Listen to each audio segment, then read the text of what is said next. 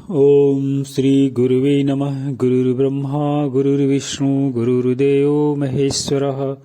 गुरुः साक्षात् परम ब्रह्म तस्मै श्री गुरुवे नमः। श्रीमद् भगवद गीता के अध्याय 5 का 17वां श्लोक लेते हैं भगवान आज। तो ज्ञान योग के एकांत साधन का कथन कह रहे हैं भगवान कि हे अर्जुन, जिनका मन तद्रूप हो रहा है, जिनकी बुद्धि तद्रूप हो रही है और सच्चिद आनंद घन परमात्मा में ही जिनकी निरंतर एक ही भाव से स्थिति है, ऐसे तत्परायण पुरुष ज्ञान के द्वारा पाप रहित होकर अपुनरावृत्ति को अर्थात परम गति को प्राप्त होते हैं। उस संबंध में हमारे श्री श्री उड़िया बाबा जी महाराज कहते हैं, अपने भावार्थ में कह रहे हैं कि जो तद बुद्धि, तद आत्मा, तन्निष्ठ और तत्परायण है तथा ज्ञान द्वारा जिनके पाप नष्ट हो चुके हैं, वे अपुनर्जन्म यानी मोक्ष को प्राप्त होते हैं, जन्म मरण से मुक्त हो जाते हैं। इसमें व्याख्या भगवान कह रहे हैं कि तद बुद्धि, इसका मतलब भगवान है जिनकी बुद्धि स्वरूप में स्थित हो, अर्थात जिनकी निरंतर आत्माकार वृत्ति रहती हो। तद आत्मा, जैसा प्रेम और अहम बुद्धि देह में है, वैसा ही प्रेम जिनका आत्मा में हो, अर्थात जो विवेक द्वारा निरंतर अपनी असंगता को जागृत रखें। इस प्रकार आत्मा में ही आत्म बुद्धि रखने वाला तद आत्मा कहा गया है, न कि जो शरीर में आत्मा बुद्धि रखता है। तीसरा है भगवान तनिष्ठ, जो आत्मा में ही घनीभूत यानी ठसाठस आत्म बुद्धि रखता है, अर्थात निरंतर निषेधाकार वृत्ति रखने से अथवा अपने को निरंतर ब्रह्म स्वरूप अनुभव करने से जिसका चित्त स्थिर हो गया है, वही तन्निष्ठ है।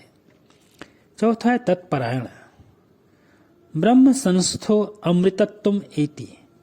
इस श्रुति के अनुसार जिसकी ब्रह्म में गाढ़ वृत्ति वाली स्थिति है, जो अपने लक्ष्य से कभी नहीं हटता, जिसका आत्मा में ही राग है, समुद्र में जहाज के पक्षी के समान आत्मा ही जिसका एकमात्र आश्रय है, अर्थात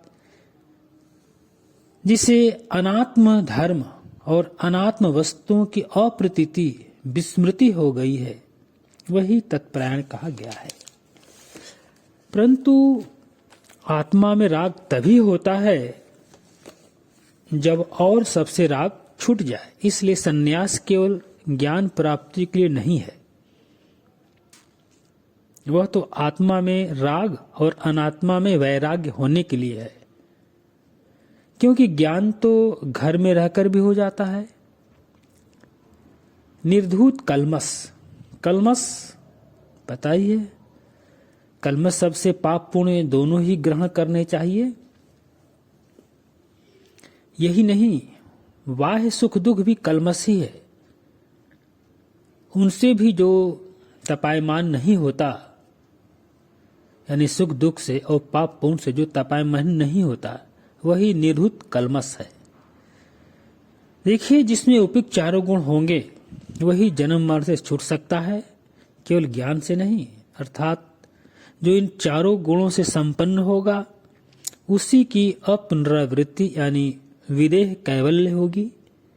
योगियों, भक्तों और अन्य मतवालों की भी आत्माकार वृत्ति तो हो जाती है, परंतु ब्रह्माकार वृत्ति नहीं होती। दृष्टा की स्वरूप में स्थिति आत्माकार वृत्ति है। दृष्टा की स्वरूप में स्थिति आत्माकार वृत्ति है, और मैं ब्रह्म हूं, यह ब्रह्माकार वृत्ति है, जो महावाक्य द्वारा ही होती है। इसलिए तद बुद्धि के पश्चात तद आत्मा कहा है। प्रश्न भगवान है कि क्या बोध में वृत्ति रहती है? बोध में वृत्ति नहीं है, पर जीवन मुक्ति में तो है ही, क्योंकि बिना वृत्ति के अभ्यास सिद्ध नहीं होता, परंतु यह होती है शुद्ध वृत्ति ही। जिज्ञासु पहले तत्परायण होता है, अर्थात आत्म तत्व का अन्वेषण करता है, फिर तद्बुद्धि होता है अर्थात आत्मा का निश्चय करता है, फिर तद आत्मा होता है यानी उसके बाद तन्निष्ठ होता है। ऐसा क्रम है। प्रश्न एक आता भगवान की कलमस किसे कहते हैं?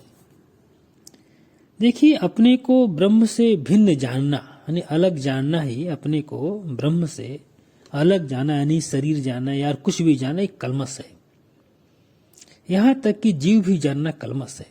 अपने को जीव मानना भी कलमस है, क्योंकि हम है तो ब्रह्म, तो ब्रह्म अपने को ब्रह्म से भिन्न जानना ही कलमस है, अर्थात अथवा भेद ज्ञान या अज्ञान ही कलमस है। इसलिए अज्ञान के कार्य प्रपंच की अप्रीति हो जाना ही कलमस का नाश या घुलना है।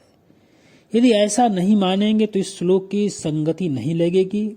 पूर्व श्लोक में कह चुके हैं कि ज्ञान से जिसका ज्ञान नष्ट हो गया है उससे यदि ज्ञान माने तो इसी श्लोक में जीवन मुक्ति का अभ्यास ही सिद्ध होगा।